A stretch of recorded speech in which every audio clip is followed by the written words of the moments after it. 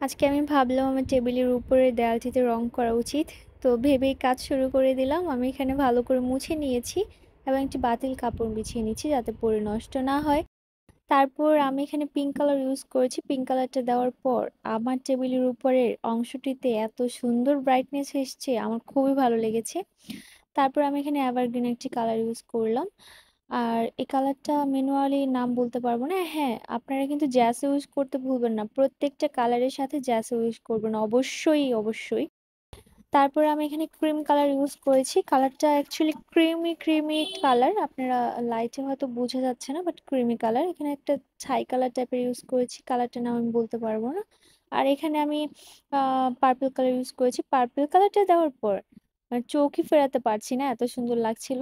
তারপর এখানে আমি স্কাই ব্লু কালার ইউজ করেছি, আর এখানে একটি বেগুনি, সরি, আমি এখানে কমলা কালার ইউজ করেছি। আর এই হচ্ছে ফাইনাল লুক। ফাইনাল লুকটা কিন্তু খুবই সুন্দর এসছে। আমার সামনাসামনি দেখে বিশ্বাসই হচ্ছিল না এটা আমার রুমের দেয়াল, এতটাই সুন্দর হয়েছে। আর থ্যাংক ইউ দেখার জন্য ভিডিওটি। আর আপনারা বলে যান কেমন হয়েছে। ওকে, বাই।